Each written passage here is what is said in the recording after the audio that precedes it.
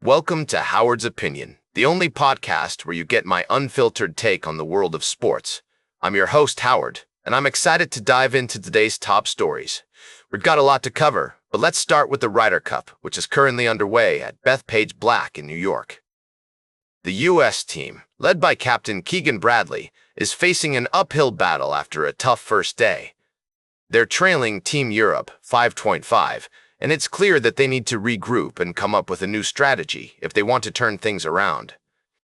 But according to Bradley, there's no need to panic just yet. He's sticking with his plan and has kept 7 of the 8 players from Friday's foursome session in the lineup for Saturday morning. One notable absence is Justin Thomas, who played both foursomes and fourball on Friday but will sit out on Saturday. However, struggling stars Scottie Scheffler and Bryson DeChambeau will return to the first tee, despite combining for a dismal 0-4-0 record on Friday. It's worth noting that these two golfers have won 6 major championships between them, so it's not like they're lacking in talent. Meanwhile, Team Europe captain Luke Donald is sticking with his winning pairings from Friday, and it's hard to blame him given their success. The European team is chasing its first away victory since the 2012 miracle at Medina, and they're looking strong so far. As we take a closer look at the Ryder Cup standings, it's clear that the U.S. team has their work cut out for them. But will they be able to mount a comeback and take down Team Europe? We'll have to wait and see. We'll also be keeping an eye on other sports news, including updates from the world of football, basketball, and more. So stay tuned for all the latest developments. We'll be right back with more fascinating sports news on Howard's Opinion. Welcome back to Howard's Opinion. We're diving into the world of sports and betting, where the action never stops and the opinions are always heated. Today, we're looking at some intriguing matchups and expert picks that could make all the difference in your fantasy league or personal wagering endeavors. First off, let's talk about the Alabama versus Georgia game. Now, I know what you're thinking. How can Bama possibly take down the mighty Bulldogs? But hear me out. According to a former bookmaker, this game should be a pick'em, and with Ty Simpson leading the charge for the Tide, they might just have what it takes to pull off an upset. And let's not forget about Kalen DeBoer's impressive track record as an underdog. 9-2 against the spread with 8 outright wins is nothing to sneeze at. Moving on, we've got Indiana taking on Iowa, and the public is laying points with the Hoosiers like they're a sure thing. But I'm not so convinced. The more notable move in this game is the under, with the total dropping from 49 to 47.5 and even 47. It's clear that Iowa is going to try to slow down the pace and turn this into a defensive battle, which could make for a very interesting matchup. We're also looking at Ohio State versus Washington, where the Buckeyes are laying a hefty 8.5 points on the road. Now, I know OSU is the #1 team in the country, but Demond Williams and the Huskies are no slouches. They've got the potential to keep things close and maybe even pull off an upset, especially if the Buckeyes come out flat. And finally, let's not forget about the Ravens versus Chiefs game, where Patrick Mahomes is looking to prove himself once again as a formidable underdog. With the Ravens' defense struggling and Xavier Worthy back in the mix for KC, this one could be a real barn burner. These are just a few of the exciting matchups on tap for this week, folks.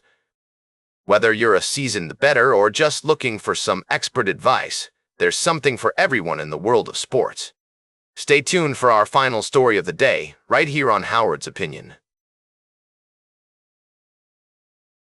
Welcome back to Howard's Opinion, speaking to you from the world of sports, where drama and intrigue are always just around the corner. Today, we're going to tackle a topic that has been making waves in the college football scene: UNC Tar Heels football coach Bill Belichick and his plans for succession. Pause for dramatic effect. Now, I know what you're thinking. Bill Belichick, the legendary coach, wanting to hand over the reins to his son Steven. It sounds like a heartwarming story of family legacy and tradition. But, my friends, let me tell you, this is not just about sentimentality. This is about the business of sports and the fans' perception of nepotism, voice rising with emphasis. Belichick's behavior this season has been, shall we say, less than stellar. making it difficult for NFL teams to scout his players, chatting up his girlfriend on the sideline before games. It's all raised eyebrows among Tar Heels fans. And now, with his team being outscored by 59 points in 2 matchups against Power 4 opponents, the questions are mounting. Dramatic pause. Can Belichick really be trusted to know what's best for the program? Or is he just trying to create a dynasty of his own, with his sons at the helm? The comparison to Bruce Pearl and his son Stephen at Auburn is interesting, but let's not forget, the Pearls had earned their stripes with 2 Final Fours and 3 regular season SEC titles. Belichick, on the other hand, has only earned skepticism so far, voice dripping with sarcasm. Oh yes, Stephen's defense has been lit up for 83 points against Big 12 opponents. That's certainly a recipe for success. I mean, who needs a competent defense when you have a famous last name, right? Sighs. Folks, this is not just about Bill Belichick or his sons. This is about the integrity of the sport and the fans' trust in the system. When nepotism rears its head, it's a slippery slope. We've seen it time and time again. Coaches hiring their relatives, players getting preferential treatment. It's all a big mess. Voice rising with passion. So, I ask you, Tar Heels fans, is this really what you want for your program? A dynasty built on family ties, rather than merit and hard work? I think not.